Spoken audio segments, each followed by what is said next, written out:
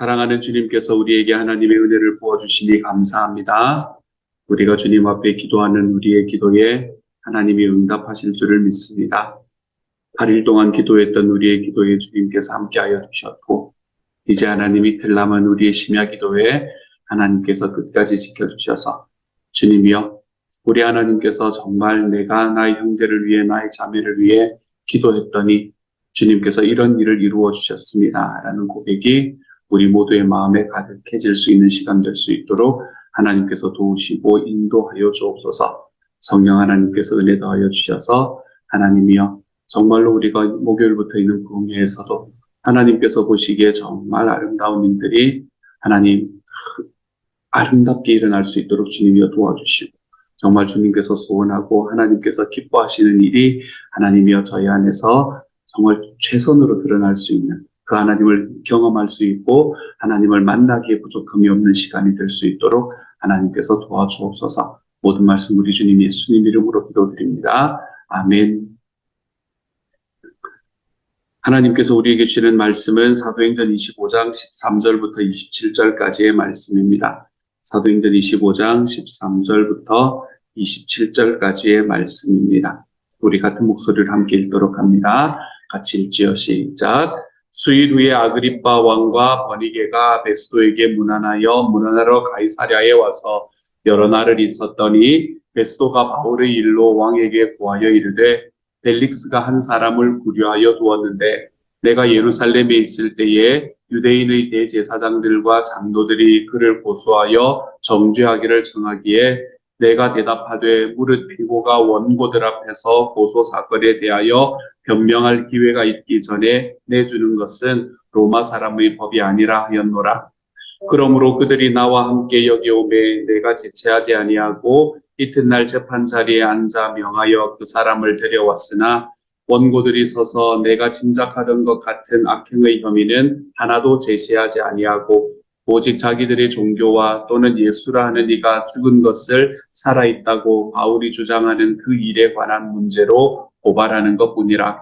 내가 이 일에 대하여 어떻게 심리할지 몰라서 바울에게 묻되, 예루살렘에 올라가서 이 일의 신문을 받으려느냐 한즉, 바울은 황제의 판결을 받도록 자기를 지켜주기를 호소하므로 내가 그를 가이사에게 보내기까지 지켜두라 명하였노라 하니, 아그리빠가 베스도에게 이르되 나도 이 사람의 말을 듣고자 하노라. 베스도가 이르되 내일 들으시리이다 하더라.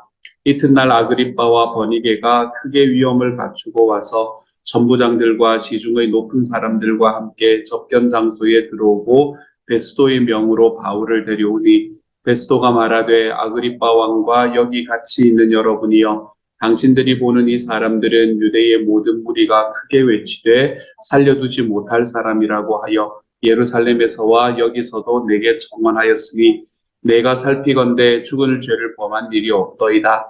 그러나 그가 황제에게 상소한 고로 보내기로 결정하였나이다. 그에 대하여 황제께 확실한 사실을 아뢰을 것이 없으므로 신문한 후 상소할 자료가 있을까 하여 당신들 앞, 특히 아그리빠 왕 당신 앞에 그를 내세웠나이다. 그 죄목도 밝히지 아니하고 죄수를 보내는 것이 무리한 일인 줄 아나이다 하였더라. 아멘. 아멘.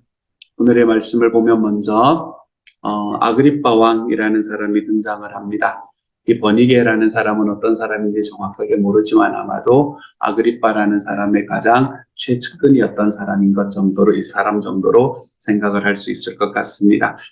이때 당시에 왜 총독도 있고 왕도 있느냐라는 생각을 여러분이 할 수가 있을 것 같아요. 예수님께서 살아가던 시절에도 그러셨잖아요. 그렇죠? 그때 유대 지역에 예수님이 살아계실 때 헤롯이라는 사람이 왕으로 있었었고, 이 사람도 헤롯 아그리빠라는 사람이기는 합니다.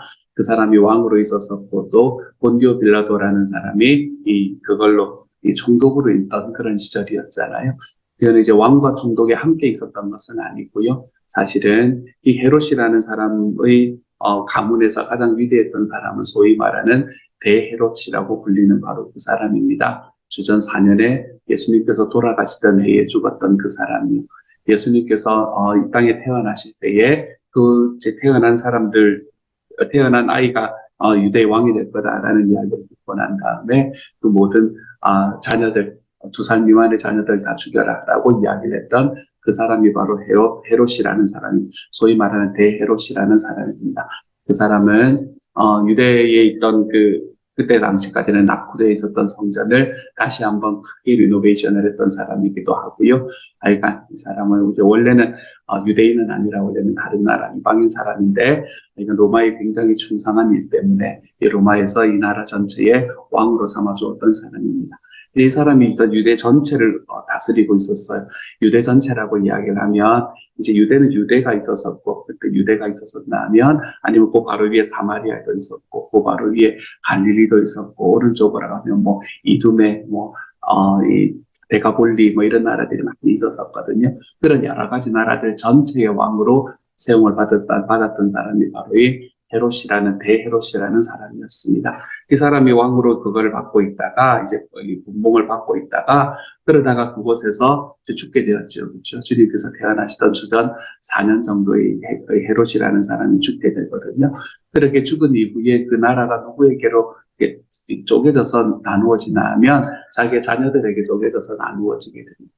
그렇게 쪼개져서 나누어졌던 그 이제 나라를 각각 다스리는 그런 자기 아들들이 있었었는데, 어떤 왕은 2개의 지역을 함께 다스리기도 하고, 어떤 왕은 3개의 지역을 다스리기도 하고, 또 어떤 아들은 또 하나의 지역만 다스리기도 하고, 이러면서 이제 그 나라가 나누어져서 자녀들에게 나누어진 상황이거든요. 근데 그렇게 나누어졌는데 그 자녀들의 이름도 다 헤롯인 겁니다. 그래서 성경은 전부 다 그것이 헤롯이라고 이야기되면서 우리가 좀 헷갈리게 되는 부분이 있지요. 근데 그 중에서 뭐가 문제인가 하면, 원래는 여기는 뭐가 없나 하면 이 정독이라는 사람은 없었어요. 왕으로 다스리는, 분봉왕으로 다스리는 곳이었기 때문에 정독이 있을 필요가 없습니다. 정독이 있고 왕이 있으면 사실 둘 사이 굉장히 힘들 거 아니에요.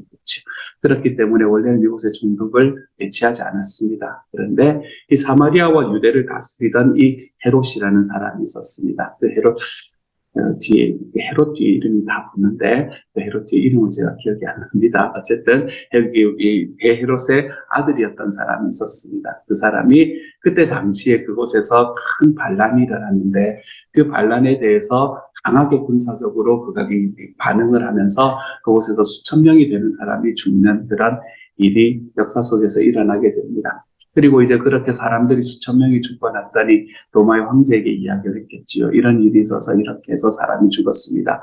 라고 이야기했더니, 그때 당시에 로마 황제는 절대로 자기 식민지에 있던 사람들을 함부로 죽이는 것을 용납하지 않던, 로마는 좀 그런 나라였거든요. 그렇게 함부로 죽는 것을 용납하지 않는 나라였어요. 그렇기 때문에 이 사람을 폐위시킵니다. 이 사람을 폐위시키고 어디로 보내냐면 이제 요즘으로 말하면 프랑스 지역인데요. 프랑스 지역에 있는 곳으로 유배를 보내게 됩니다. 그렇게 유배를 보내면서 이 유대와 사마리아 다른 지역들은 다 왕들이 다스리는데, 분봉왕이 다스리는데, 이 유대와 사마리아 지역에만 누구를 파송을 하나 하면 총독을 파송하는 겁니다. 그 총독을 파송을 해서 그것을 직접 다스릴 수 있도록 만드는 거죠. 그렇기 때문에 우리가 성경을 바라보면 성경 안에서도 본디오 빌라도, 예수님께서 태어나실 때에도 본디오 빌라도에게 예수님께서 고난을 받으시지만 갑자기 또 헤롯 왕이 등장을 하기도 하고 그렇잖아요. 거기서 나타나는 헤롯 왕이라는 사람은 어떤 사람인가 하면 갈릴리를 다스리던 왕이 바로 헤롯 왕이 되는 겁니다. 본디오 빌라도는 사마리아와 유대 이 지역들을 이 로마의 명으로 다스리던 그런 정독이 되는 거고요. 그러니까 자꾸 본디오 빌라도가 누구에게 자꾸 예수님을 보내나 하면 헤롯의 그리스도를 자꾸 보내려고 그러잖아요. 왜 그런가 하면 예수님이 어디 태생이기 때문에 그런가 하면 갈릴리 태생이기 때문에 그러는 거. 갈릴리에서 살았으니까 갈릴리의 왕이 당신이 자꾸 하라라고 이야기를 하면서 보내는데, 헤롯은 그거 안 받잖아요. 그치? 결국에는 예루살렘에서 일어난 일이니까 당신이 해야지라고 이야기하며 서로 예수님을 막 토스하는 일들이 벌어지는 것도 그런 상황 속에서 벌어지는 겁니다. 오늘의 말씀에 보면 헤롯 아그리빠라는 사람이 이제 베스도에게 문안하잖아요. 베스도에게 문안했는데, 헤롯 아그리빠라는 사람은 꽤나 오랫동안 왕자리를 차지하고 있던 사람이었습니다. 좀 오래 살았던 사람이었어요.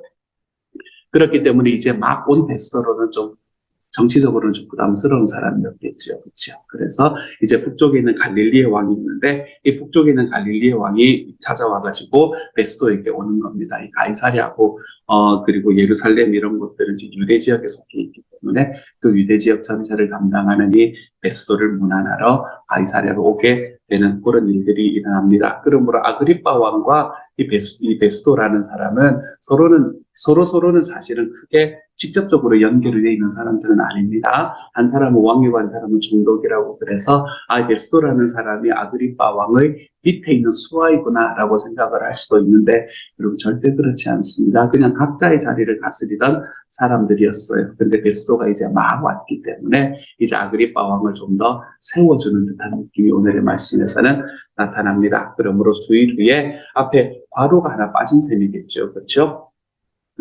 이 갈릴리의 왕이 아그리빠 왕과 그리고 그와 함께 그에게 굉장히 가까운 이 버니게라는 사람이 와서 유대와 사마리아의 총독인 베스도에게 문안하러 들어온 겁니다. 그러면서 가이사랴에 오게 되었지요.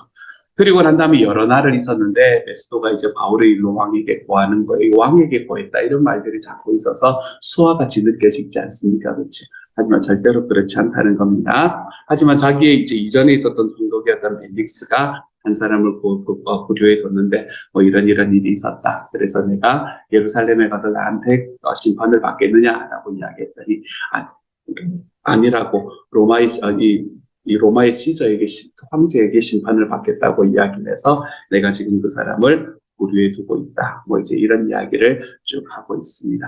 그러니까 아그리빠가 뭐 하나 이제 궁금증이 돈 거예요. 그렇죠? 그전에는 이런 일들을 몰랐던 것 같습니다. 이런 일들을 몰랐던 이유가 여러 가지가 있었을 거예요. 아마 갈릴리라는 곳이 좀 떨어져 있기 때문에 그렇기도 했었을 거고, 그리고 헤롯 아그리빠라는 사람은 뭐가 아니었나 하면 이 사람은 소위 바리새인이 아니었던 사람이었거든요. 당시에 왕이 되고 그 나라의 유대 지역 전체를 통해서 왕이 되거나 왕이거나 안 그러면 이 대제사장이거나 안 그러면 사회 전체의 귀족 계층을 속해 있는 사람들은 대부분 이 사두개인들이었습니다. 사두개인들은 죽은 자의 부활하고는 별 상관이 없는 사람들이잖아요. 그렇죠?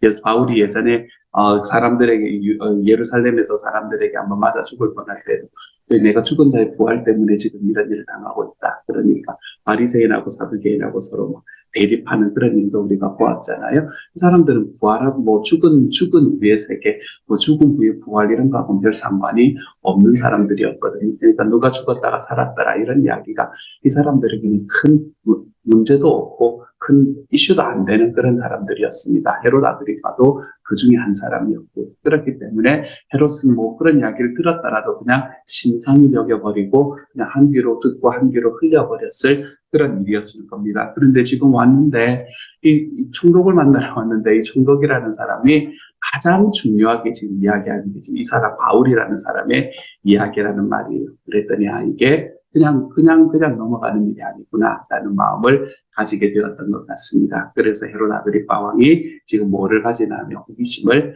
가지게 되는 거지요. 이렇게 호기심을 가지고 난 다음에 이제 내일 내가 좀 봤으면 좋겠다라고 이야기하니까 내일 볼 수 있을 겁니다라고 이야기를 하죠. 그리고 23절부터 이야기를 보면 이튿날에 이제 오게 됩니다. 큰 위험을 갖추고 천부장들과 시종의 높은 사람들, 천부장들이라고 하고 있죠. 그렇죠? 천부장 한 사람만 해도 얼마나 이 위력이 대단할 건데, 근데 그 천부장들 최소한 2사람 이상이 지금 그와 함께 있는 겁니다. 아마도 예루살렘과 유다를 지키던 그 천부장이 있었을 거고, 갈릴리에서 자기하고 같이 이제 흑가하던 그런 군대의 장이 아마 있었을 거예요. 그래서 이 2사람들이 함께 와서 천부장들이라고 이야기를 했던 것 같습니다. 그리고는 이제 베스도의 명으로 바울을 데려오게 되죠. 그리고는 베스도가 아그리빠 왕에게 상황들을 이제 그때 거기에 있는 사람들에게 상황들을 조금 간단하게 설명을 합니다. 그렇죠? 이렇게 되어서 내가 봤는데 죽일 죄를 범한 일이 없더이다. 25절에 그러나 그가 황제에게 상수왕후로 보내기로 결정하였나이다.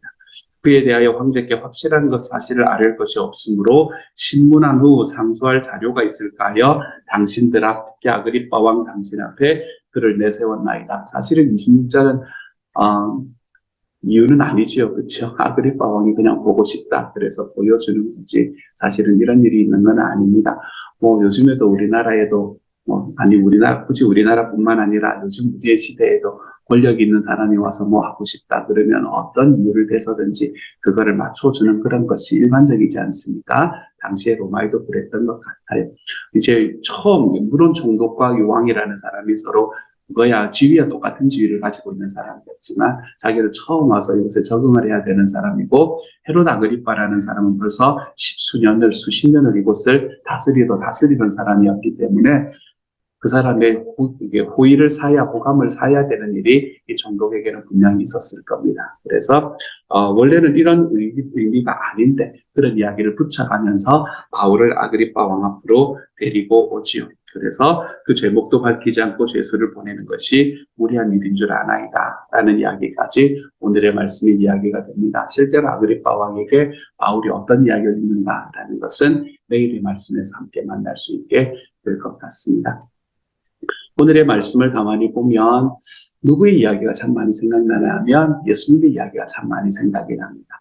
왕이 있었고 총독이 있었고 그리고 총독과 왕 앞에 그 사람이 서야 되고 총독 앞에서 자기가 어떤 것인지 어떤 삶을 살았는지 자기의 이야기가 뭔지에 대해서 설명하고 그리고 그 총독은 자기를 방문한 왕을 데리고 와서 그 왕 앞에 이 비고를 세우고 하는 이런 모든 일들이 사실은 예수님께서 그걸 고난 당하실 때 일어났던 사건하고 굉장히 비슷하구나라는 걸 알 수 있게 됩니다. 사도 바울은 이렇게 예수님께서 살아갔던 삶의 예수님의 짐을 자기 어깨에 함께 지고 살아갔던 사람이 되어가네요. 예수님이 말씀하셨던 것처럼 십자가를 지고 걸어가는 사람의 대표적인 예가 되어가는 것 같습니다.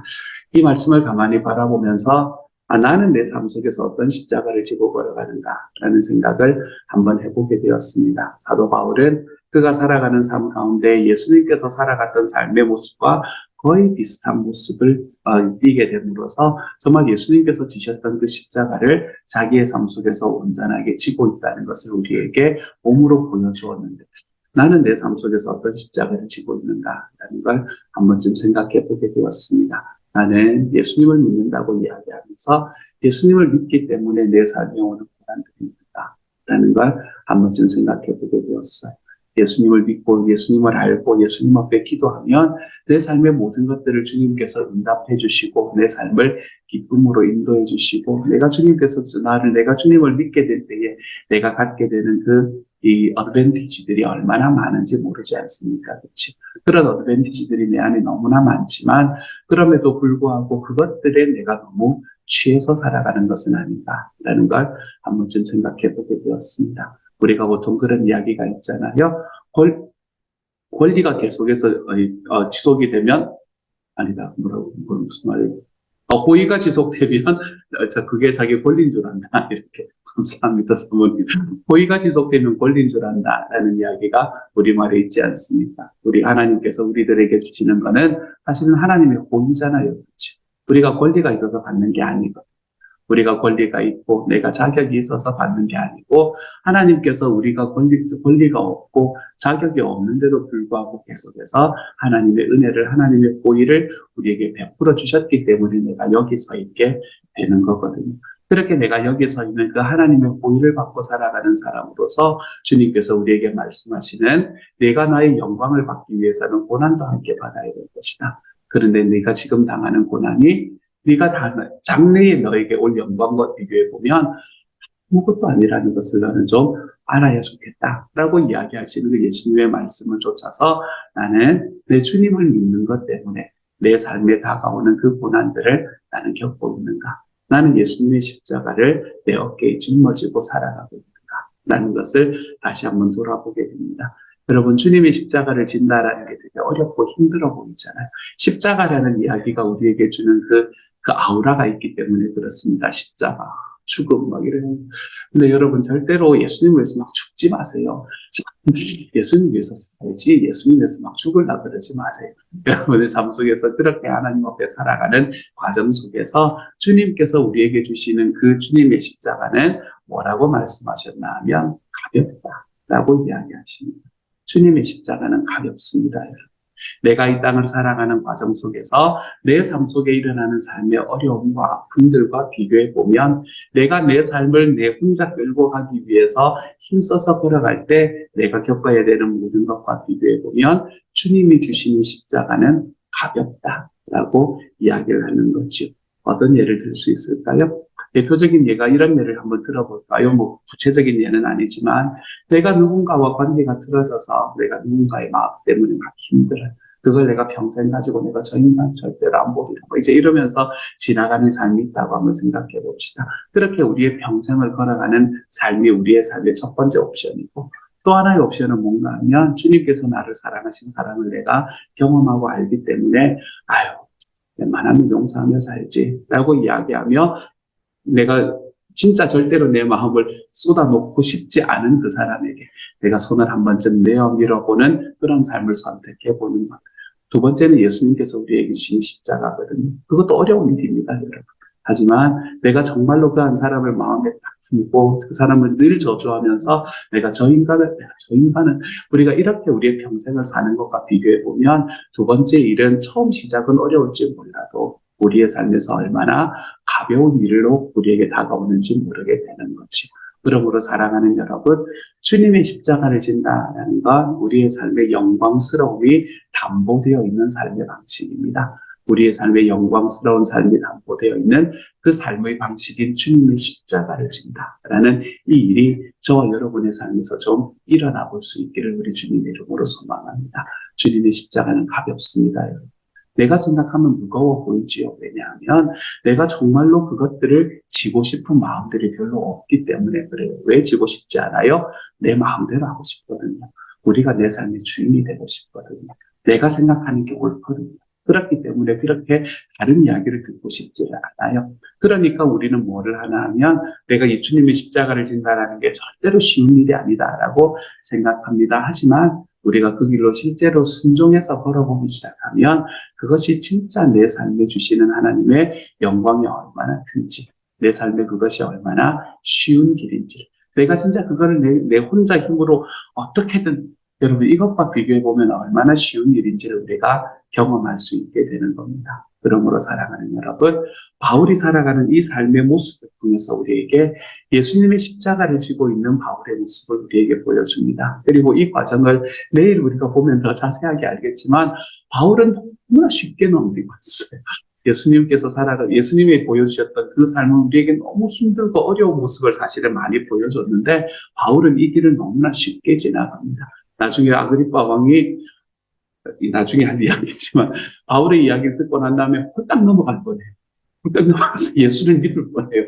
그러면서 이러면 안 되지라고 이렇게 생각을 하면서 뭐라 그러냐면 바울아 네가 미쳤구나. 너의 많은 학문이 너를 미치게 만들었다. 이렇게 이야기를 할 만큼 바울은 유쾌하고 이 길을 정말로 하나님께서 자기에게 주셨던 그 사명의 길로 알고 힘있게 걸어가는 걸 볼 수 있게 됩니다. 왜 그래요? 주님이 우리에게 주시는 십자가는 가볍고 쉽기 때문에 그렇습니다.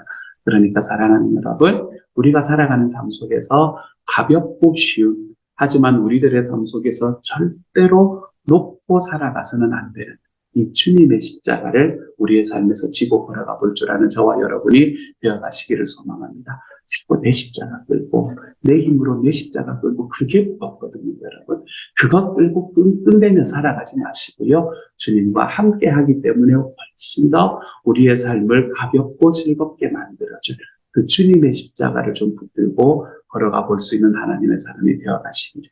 그래서 오늘 바울이 우리에게 보여줬던 이 바울의 본이 저와 여러분의 삶에도 하나님께서 우리에게 베푸시는 하나님의 본으로 자리 잡힐 수 있기를 우리 주님의 이름으로 축복합니다. 함께 한번 기도하도록 하죠. 사랑하는 하나님, 우리에게 하나님의 은혜를 더하여 주시니 감사합니다. 하나님께서 우리에게 바울의 모습을 보면서 예수님의 모습을 볼 수 있도록 도와주시니 감사합니다. 주님, 바울은 자기가 겪던 그 많은 경험들 속에서 이미 예수님이 살아가셨던 삶의 모습을 우리에게 그대로 보여주고 있음을 보게 됩니다. 주여, 주님께서 은혜를 더하여 주셔서 하나님이여 바울이 지고 갔던 이 십자가, 정말로 하나님 예수님처럼 생각하면 어렵고 생각하면 아프고 자기 연민에 빠지면 얼마든지 빠질 수 있었던 그 과정에서 바울이 예수님 앞에서 얼마나 즐겁고 행복하게 그 길을 걸어갔는가라는 걸 볼 수 있게 하여 주시기를 소망합니다. 그래서 우리의 삶에 놓지 않고 걸어가야 되는 이 주님의 십자가가 사실은 우리를 자유롭게 만들고 사실은 우리를 즐겁고 행복하게 만드는 길이라는 것을 알고 내 십자가 끌고 가져가려고 하지 말고 내 십자가는 주님께 맡겨버리고 우리는 주님의 십자가 끌고 걸어가 볼 수 있는 하나님의 사람이 되도록 주여 도와주옵소서. 모든 말씀을 우리 주님 예수님 이름으로 기도드립니다. 아멘. 하늘에 계신 우리 아버지, 아버지의 이름을 거룩하게 하시며 아버지의 나라가 오게 하시며 아버지의 뜻이 하늘에서와 같이 땅에서도 이루어지게 하소서. 오늘 우리에게 일용할 양식을 주시고 우리가 우리에게 잘못한 사람을 용서하여 준 것 같이 우리 죄를 용서하여 주시고 우리를 시험에 빠지지 않게 하시고 악에서 구하소서. 나라와 권능과 영광이 영원히 아버지의 것입니다. 아멘.